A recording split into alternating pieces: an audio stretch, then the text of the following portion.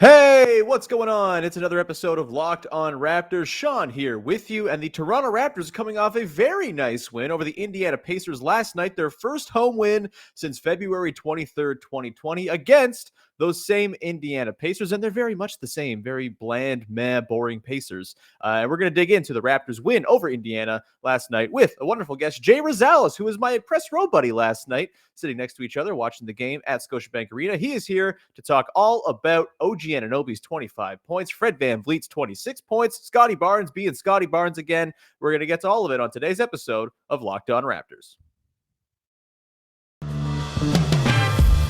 You are Locked On Raptors, your daily Toronto Raptors podcast, part of the Locked On Podcast Network, your team every day.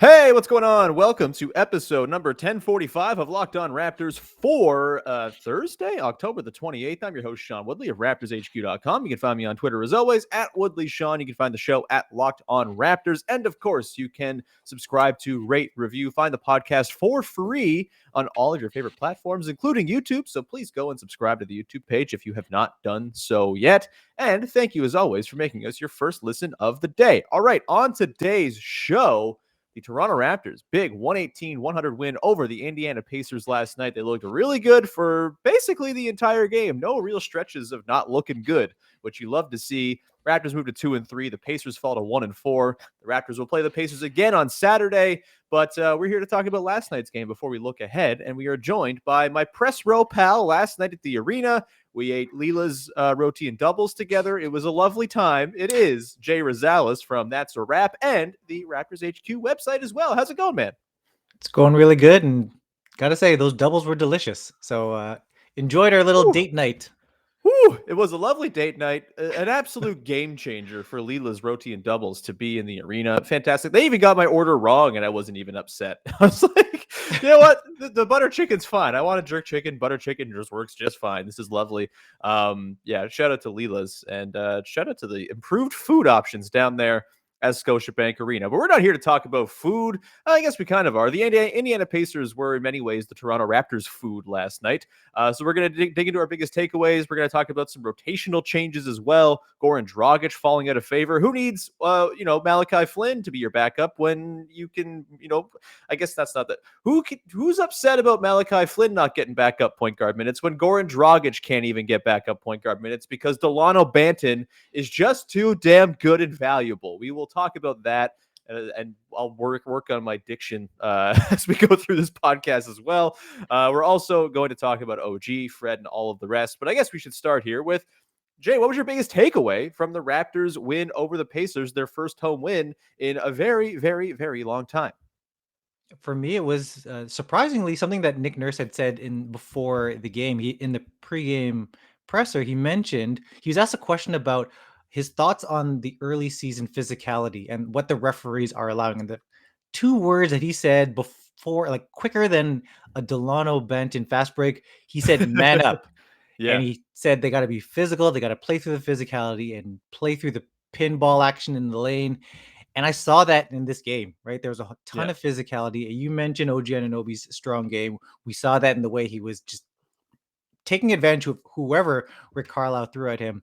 I think that's really jumped out to me. And I don't know the official numbers. I've been waiting on those numbers, but the number of deflections I saw last night totally blew my mind. There were just hands everywhere. I mean, you looked at me at one point and you said, there are just arms everywhere.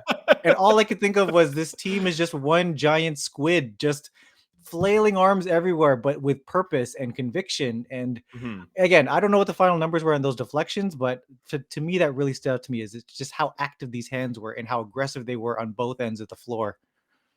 To your point about the squid, at one point, to peel behind the curtain, Jay looked at me having Googled how many arms are on a squid. And he was, I think, working up some sort of Squid Game joke. I haven't seen Squid Game, so I didn't understand any of it. But I do like myself some invertebrates, I suppose. Yeah, I mean, that was the big striking thing for me is the defense was just so smothering once again. And that's now 5 games in a row, really, where they've looked pretty good.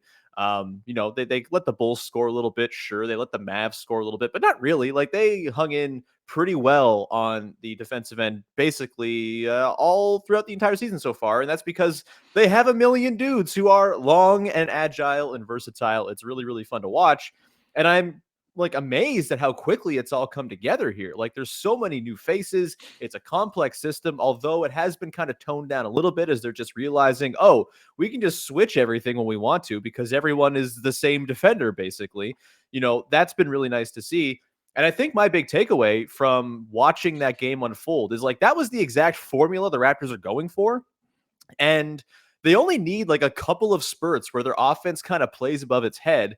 And it's going to be hard for teams to make up deficits against this Raptors team. They're so smothering. Putting together a run against them seems really daunting. And if you looked at last night, look, the Pacers are the Pacers. They're pretty bland. They might be torn apart by the end of the season because they're just like this sort of stuck in mud team. But they have an all-star, Domantas Sabonis, who looked miserable last night, both in his play and also in just his like general attitude towards looking at all these Raptors defenders flying his way. He, I think, was held to 9 points in this game, and he, let me just pull it up. He had 3 assists. He had 4 turnovers as well. For a guy who is like a hub of the offense, you just basically cut the snake's head off right there. And that's going to be difficult for any team to come back and make up a 16-point deficit going into the fourth. This is way too early to make any sort of grand proclamations, but I wouldn't be surprised if we see the Raptors be a really good team at just like not blowing it just because their defense is so smothering and it really does look the part, even more so than I think you would have expected it would look like this early on. I think my big takeaway, Jay, from all of that, and I'm curious what you think about this. I thought this was, as I mentioned, they need these sort of bursts where their offense can kind of stake them a lead and then they can kind of hang in there and just, kind of cruise control to the end with their defense. I thought they were just so good with their opportunism in this game. And that's why I kind of go back to this being the formula for the Raptors, right? Is they're not going to be able to beat you with, elegant half court possessions that lead to beautiful open looks all over the place. It's just not going to be the way it is. But they just kind of muck things up enough where they can make that margin for error that their defense is usually going to withstand. And so I thought, first of all, the offensive rebounding last night, they had 16 offensive boards, 33 second chance points. That's more than 2 points per offensive board. That's incredible. They had 21 more shot attempts in the game than the Pacers did, which is going to be the math problem the Raptors are trying to be on the right side of basically every night because their offense is not so hot. And I thought there was another opportunity that kind of presented itself just in the form that the Pacers take by not having anyone to guard OG Anunoby. And they kind of created opportunities out of that. They were like, okay, OG, you go to work against Chris Duarte or Justin Holiday. You're stronger than both of those guys combined. Have fun. And then the opportunity kind of presented itself where after he had that outburst of a first quarter with 16 points, you saw the Pacers throw a bunch of attention his way. And yes, OG calmed down and cooled down for the rest of the game, but he leveraged that extra attention into a ton of easy buckets for others. He found Scottie Barnes for one of those patented floaters at the nail. He found Khem Birch underneath with a really nice big-to-big pass when a couple guys, when I think Sabonis kind of just lurched over his way a couple steps, and then boom, Khem Birch easy underneath. I think he got an and one out of it in the first half. What did you think of the way they kind of mined that opportunity that was, OG, there's no one on this team who can guard you, go to work and see what you can make happen? Yeah, and I think that a part of that is something that you had already mentioned, and that is that cruise control on defense. I think that we can probably expect throughout this season is that the Raptors are going to hold their opponent somewhere in and around 100 points or less, depending on the offense and depending on whether there's an off night here and there. But generally, the Raptors are going to keep their opponent under 100 points. And something that's kind of bugged me a bit about how the Raptors are perceived is that I just think that over the last season and a half, their struggles were not so much a problem about Nick Nurse's coaching or the I think it was just the personnel wasn't the right fit for what he was trying to do, right? And what you mentioned earlier about Sabonis is exactly that. Over the last, especially 2 years ago when they had the remnants of the championship roster, there always was a game against a superstar and they would shut them down. Whether it was LeBron James, whether it was Damian Lillard, there was a formula there that the Raptors were using. And we're starting to see that come back again now with the right personnel. And as it pertains to the offense that you're speaking of, I think that, again, with the defense on this kind of cruise control, then the offense just needs to get more than 100 points, really, to really dumb it down, right? And I think that you're right. They hit on those points. Nick Nurse talked about it in the beginning with when he was asked a question about Fred and Precious and their chemistry. He said, "You know what? I Precious has missed a whole bunch of bunnies, and you make a couple of those bunnies, and then all of a sudden the Raptors are above 500 instead." So, and I think we saw that it was Scottie Barnes grabbing his own offensive rebound and putting it back more than once. It was Dalano Banton becoming a one-man fast break and seizing that opportunity of, okay, well, I've only got, maybe I've only got 5 minutes playing time. Maybe this is my only time. And that's what really jumps out to me about Dalano Banton and him taking advantage of his opportunity. It is, okay, well, I've got the ball. I'm going 110 miles an hour to the basket until you figure out a way to stop me. There is no playbook on him on how to defend him.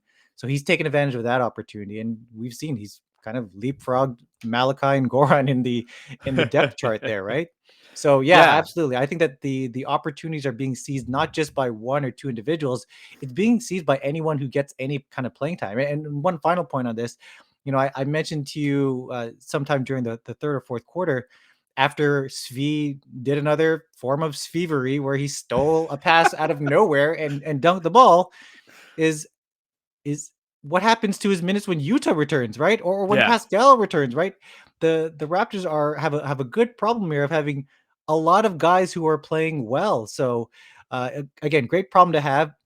Again, they take advantage of these opportunities, and you get what you get last night, which is another victory. And on deck, they've got an Orlando Magic team, another one they can take advantage of.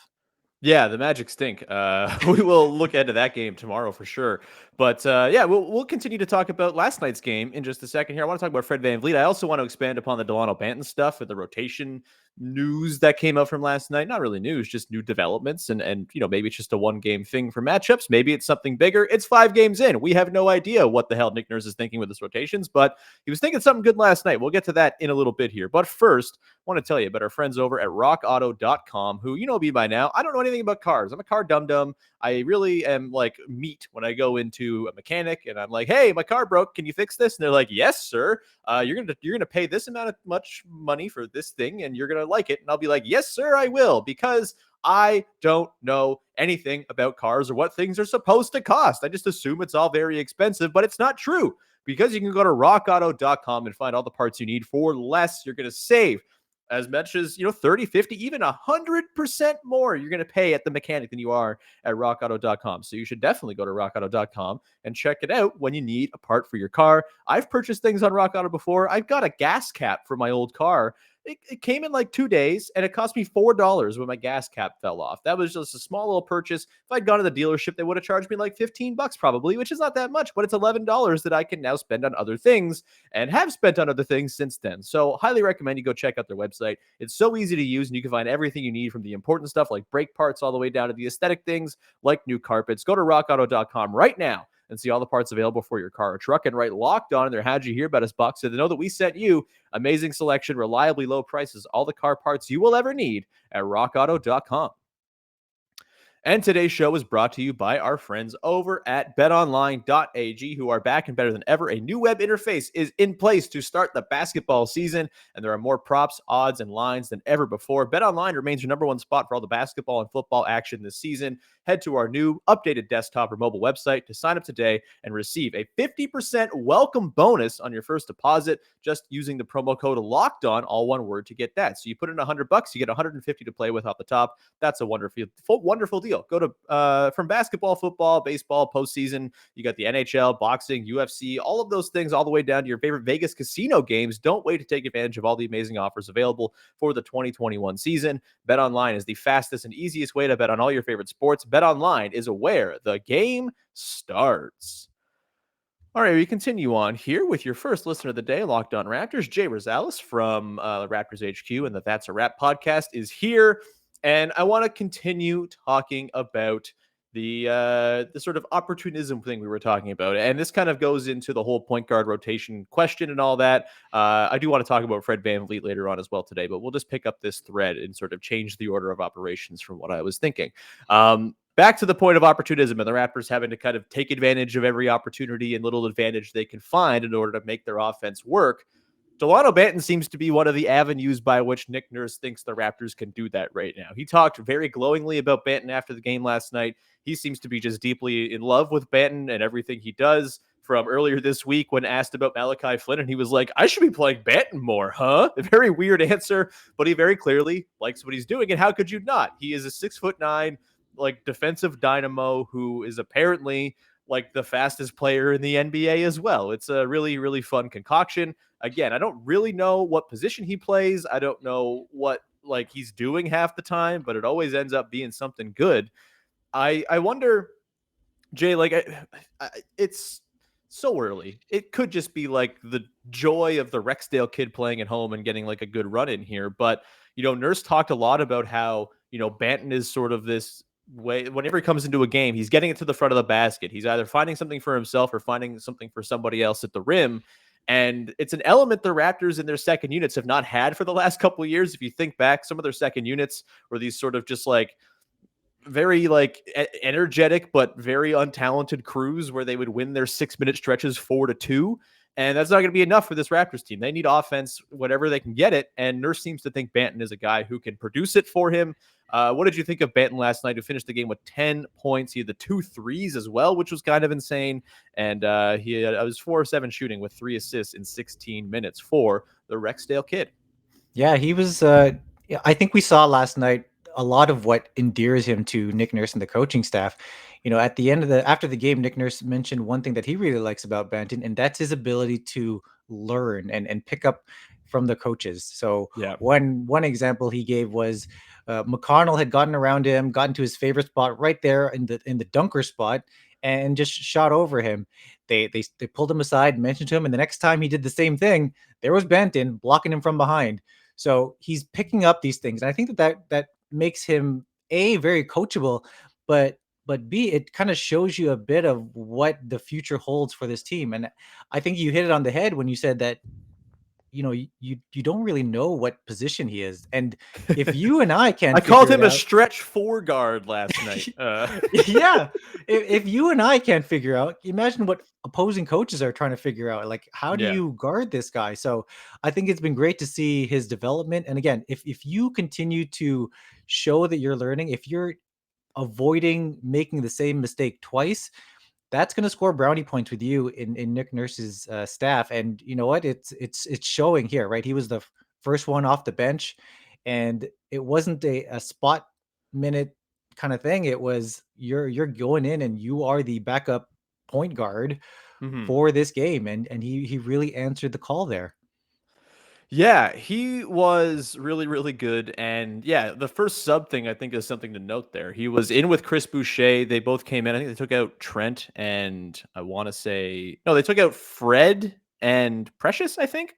Yeah. I had the notes somewhere on my many tabs here. I can't find it, but I believe that was the case. Yeah. So, that seemed like a lineup that wasn't going to be able to produce much. There was not much ball handling. Banton's the de facto point guard. It was tricky, but the fact that OG was able to just kind of bully his way through every member of the Indiana Pacers really helped get those lineups going.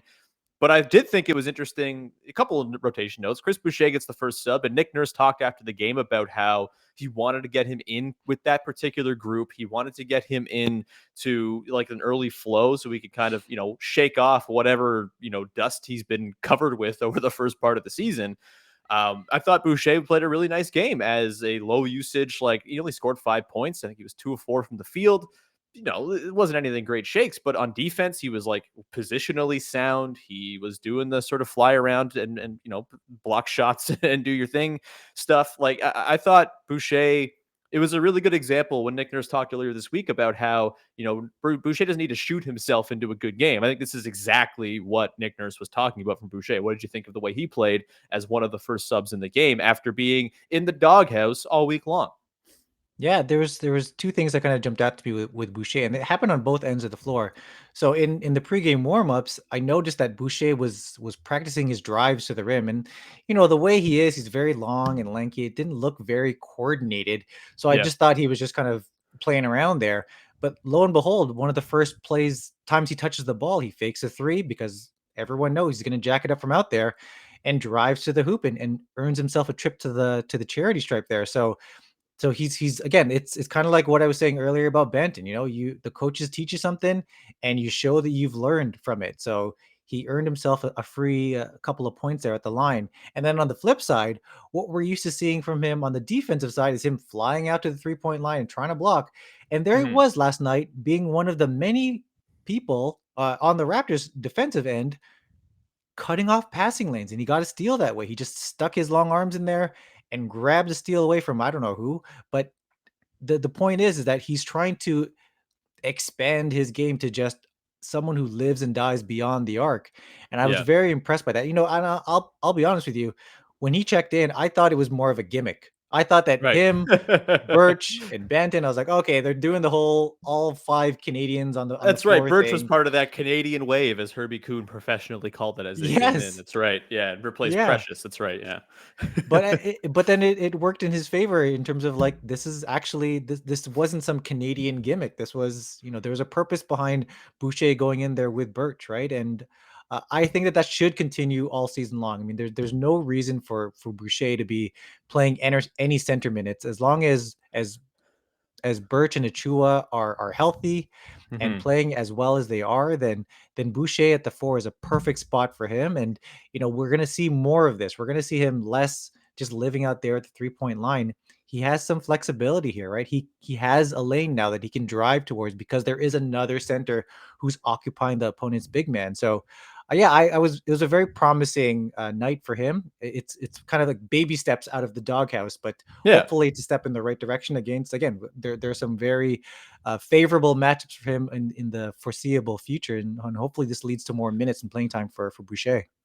Yeah, it seems like he's not going to be excised from the rotation just yet. I do think, once Utah's back, there are going to be some decisions to be made, and it's going to come down to who's playing well. And I think, any number of guys between Svi, Utah, Boucher could end up being on the outside looking in after Utah gets back. And then even when Siakam gets back, it's going to get even more sort of, complex to figure out all those minute, allotments. But, it doesn't seem like Boucher is on his way out of the rotation. However, seems like Goran Dragic might be, which I found a little bit surprising last night. Goran Dragic, a DNP-CD.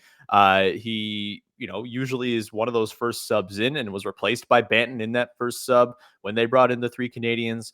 I don't know how I feel about this one. I feel like, yes, Dragic has not been good. He's missed a lot of bunnies. He has been, a little bit erratic. I don't think he's that bad, though. And I think, there's a lot of value to playing him and kind of having him be a floor general out there when Fred's not, like, it's sort of like you have a babysitter when dad's not home, right? And so I feel like Dragic is kind of equipped for that, but I can't really argue with how it worked last night is the thing. Like, Banton was really good. If Banton's going to play like this, then yeah, Dragic and Flynn probably are on the outside looking in because, why have a regular point guard when you can have a 6'9" point guard, I guess? Like, that's just like the Raptors' MO at this point.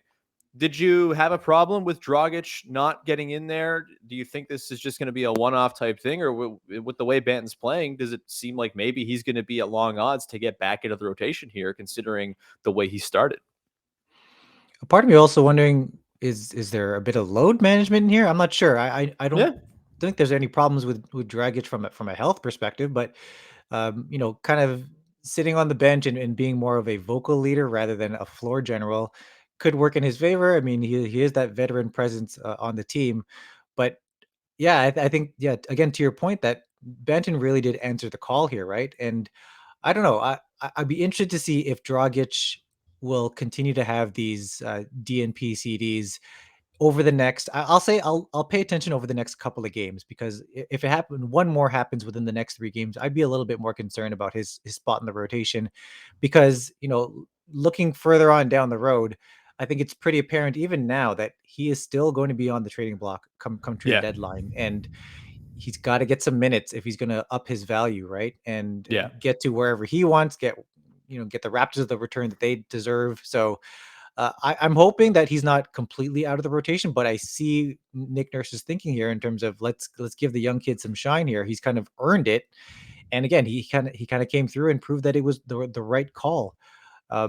As it pertains to Dragic versus Flynn, I mean, I think it's still obvious that Dragic is ahead of him in depth chart. I would Yeah. imagine that Dragic is going to get some playing time against Orlando. Maybe he'll do one of those back-to-back things where there's load management there for something. But at the same time, Dragic is is a known commodity. And if the team finds any struggles, I mean, that's not a bad person to kind of lean on if the offense starts to struggle. But last night it showed that the offense can do well without him, and Yeah. a win was the result. So that's great. Yeah, and I'm not even necessarily like calling for more Dragic. I know I've been a pretty pro Dragic person, but like if they're going to play like they did last night, there's no need for him to be out there to, secure wins.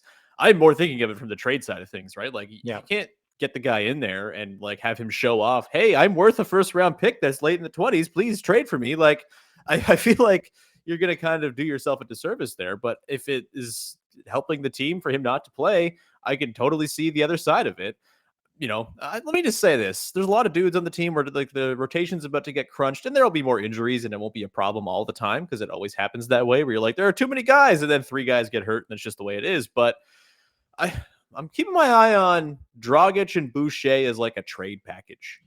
Like if this Raptors team feels like maybe they're ahead of schedule or something like that, maybe they look to try to upgrade with those guys going out the door as rentals, and then maybe they attach a pick or something like that, or maybe they attach those both of those guys to a team in need of two role players and they get something back. I'm just fascinated by that tandem and the potential for trade there because they have a lot of fours, a lot of dudes in that kind of positional battle for the 3, 4, 5 minutes. And I do wonder if maybe Boucher, because he's a pending free agent, becomes a guy that they're okay sort of moving on from if they don't deem that he's part of the long-term solution, which I think would be fair. We're going to continue on here. We're going to get into Fred VanVleet's performance from last night, which was just a delight, and talk about how it just kind of changes the whole game for the Raptors when he's playing that way. But first, I want to tell you about our friends over at Postmates, a new sponsor here on Locked On Raptors. Do you smell that?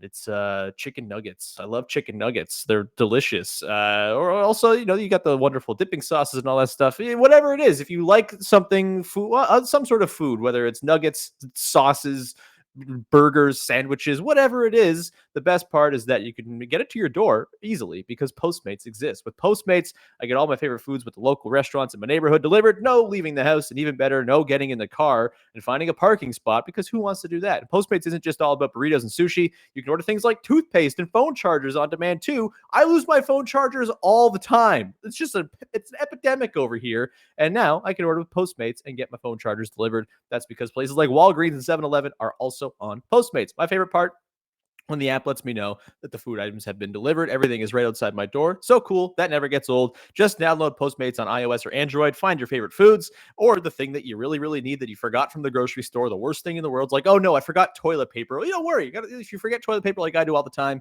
you can get it for you delivered because Postmates exists. And for a limited time, Postmates is giving our listeners just a little something. New customers get a 50% off their first 5 orders of $50 or more when you use the promo code LOCKEDONNBA, all one word. That's code LOCKEDONNBA to get 50% off your first orders of $50 or more. Max savings of $100 per order. Just download the Postmates app or sign up online. It's super easy. Offer is subject to change and taxes and fees apply. Offer valid for 30 days after you add the promo code to your account. And I must say that Postmates currently is only available to our wonderful listeners in the United States of America.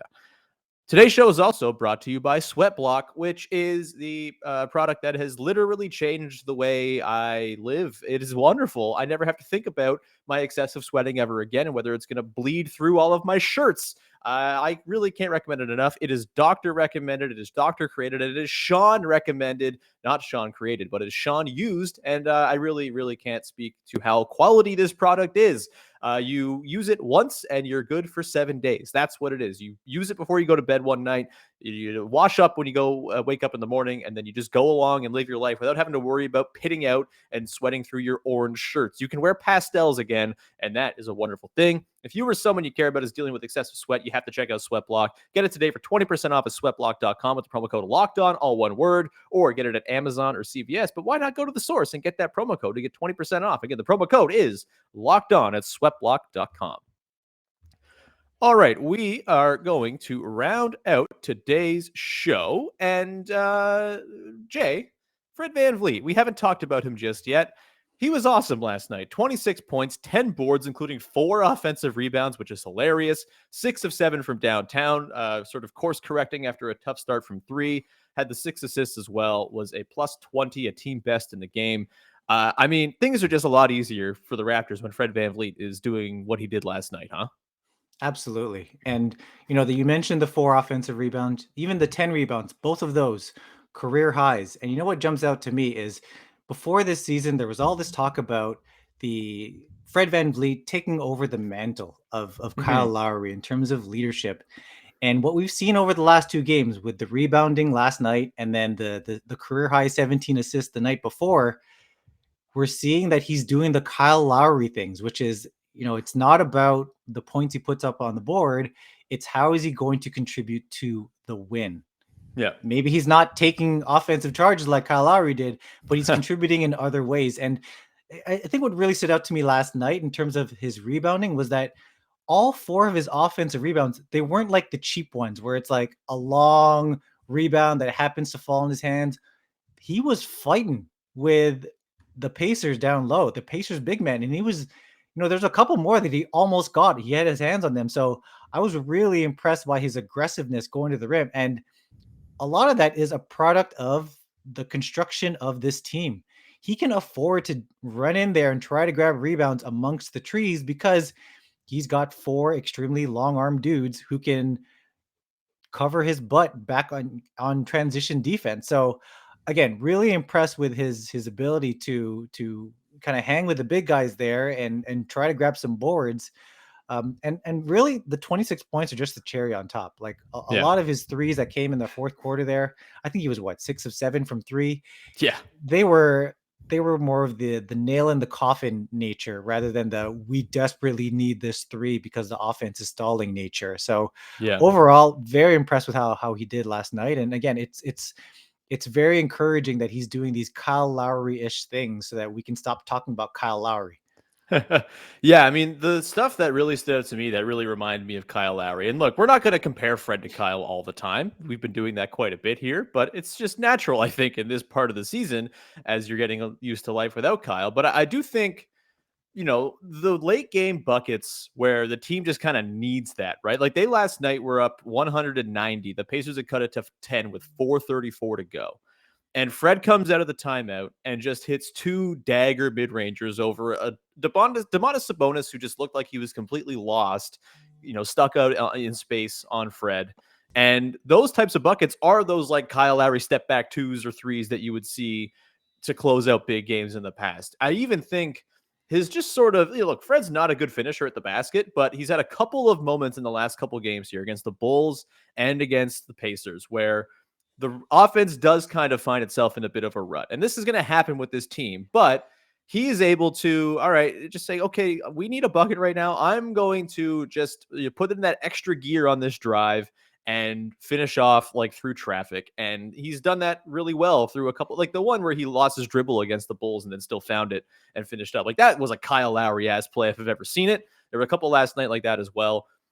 That stuff, when Fred's playing like he did last night, the offensive concerns become a lot less pressing for the team. And that's maybe an obvious reductive thing to say. When the point guard scores 26 points on 6 of 7 from 3, things get easier, but it is like, that's just how it works. And it's not going to be like that for Fred every night. We know the limitations. We know that this is not what he's capable of night in and night out. But on the nights where you do get the really great opportunism from the rest of the team and they're really milking the possession game and they're really taking advantage of, their offensive rebounding might and OG's having a big night, that Fred performance, just like it takes a difference from that being a 5-point game late to that being a blowout and not really being contested at all.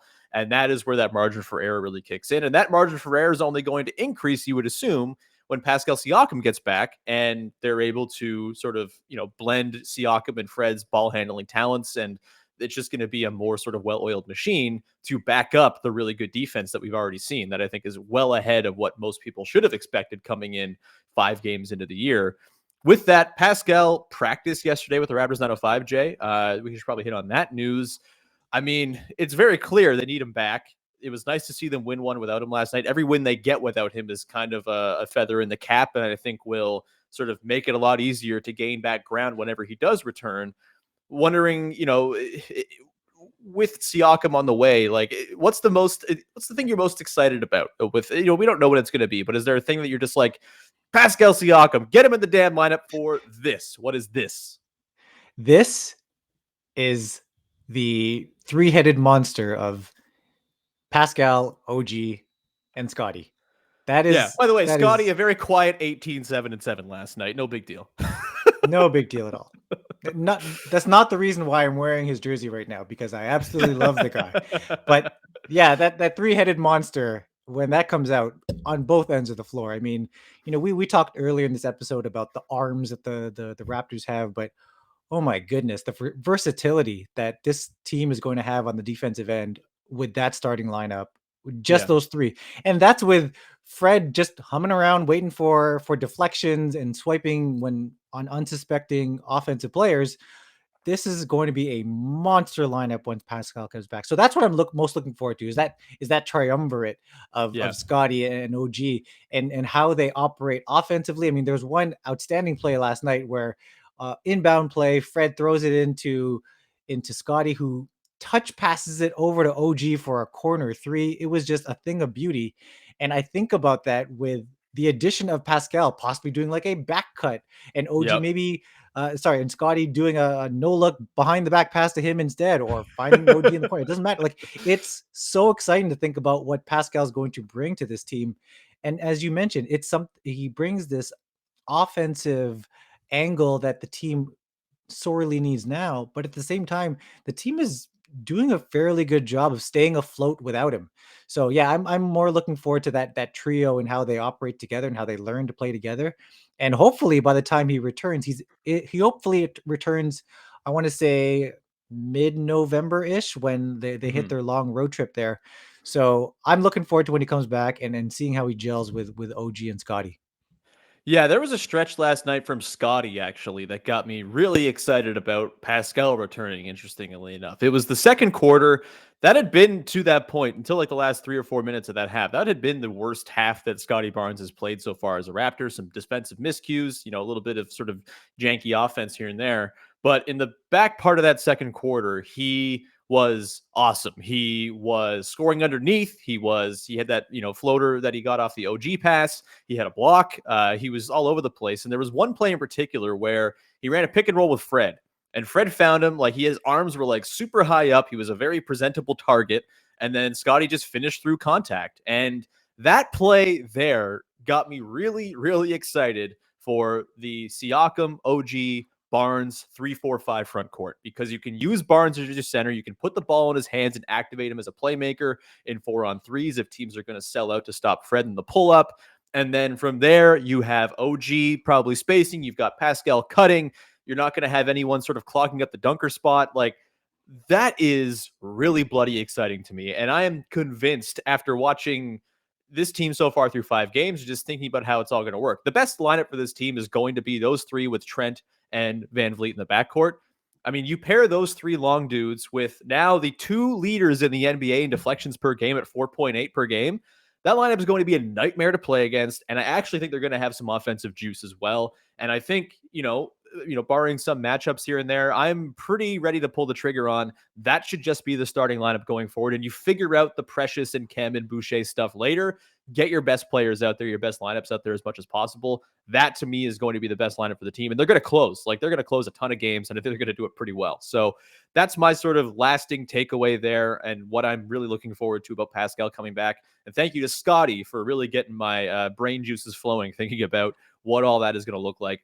That is going to do it for today's episode. We've got a little bit long, but that was a fun game to talk about. So I am okay with that. Jay, thank you so much for being here, man. It was lovely seeing you last night at the game.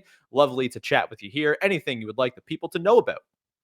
Thanks again for having me on. Honestly, it was a fun game last night, just as fun as this episode was. And yeah, you can find me on Raptors HQ. You can see my Twitter handle there, Rosales. I'm working on a piece about that physicality that Nick Nurse talked about last night. I'll have that up on Raptors HQ sometime after lunch today. And yeah, that's it for me. But thanks again for having me, Sean. Of course, man. Anytime. It was lovely having you back. And that'll do it. We will talk to you again tomorrow. Tony East from Locked On Pacers is going to pop by. One of my favorite, if not my favorite overall, Locked On host to chat with. I love Tony. We're going to have a great time teeing up the second part of the Raptors Pacers mini series with a Magic interlude in between. We'll talk about the Magic game as well. Although, what is there to talk about the Magic game? The Magic are depressing as hell. Terrence Ross is cool. I'll do some Terrence Ross propaganda. By the way, there's a photo back here. That one right there. That is a framed Terrence Ross photo. If you can't see on the thing, it is now finally in my shot. It's been in my room above my desk for roughly 5 years, and now finally it has screen time, which is fantastic. We love Terrence Ross here. That'll be the fun part about the Magic game, but we will talk about that and the Pacers tomorrow. Until then, thank you so much for tuning in. We will, of course, we are available free on all the platforms. You can subscribe on YouTube and all that good stuff. And you are now free to go make your second listen of the day Locked On Fantasy Basketball. Josh Lloyd is doing a great job covering all of the early season trends, and I'm sure he has lots of good, happy things to say about one Scottie Barnes and how he's performing as a rookie in fantasy basketball. We will talk to you again on Friday. Have a good one, everybody. Bye-bye.